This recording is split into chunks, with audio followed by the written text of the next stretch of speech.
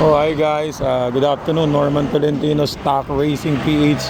So we're here at Kalawan, Laguna guys. Yan. Nadaanan natin to, ilang beses ko na nadadaanan tong coaching to dito eh. Ayan, parang pangalawa o pangatlo. So ngayon lang natin iba-vlog yan guys. So yan, kita nyo, wasak yung kotse.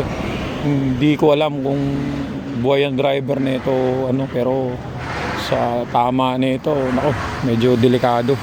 Yan guys. Yan, wasak na wasak eh. Oh. Wasak ang bubong eh. Siguro to nag-ikot-ikot yan. Yan.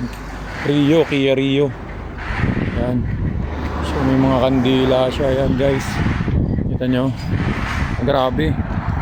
Grabe yung wasak ng kotse guys. Yan. Sabi ko sa yan, tatandaan nyo guys ha.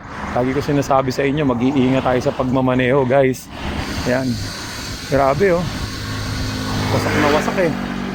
Sobrang tuli ng takbo siguro na ito para mawasak yan ng ganyan guys. Yan. Short vlog lang to guys ha. Pinakita ko lang sa inyo. Yan.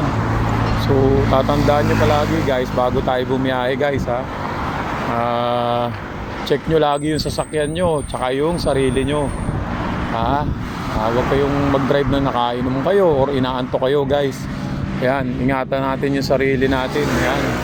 Lalo na sa pagmamaneho guys. Yan, durog na durog. Mali pati chassis. Yan. So yun guys, paalala lang lagi ha. So pinakita ko sa inyo yan. Durog na durog yan. So ingat po lagi tayo lahat guys ha. So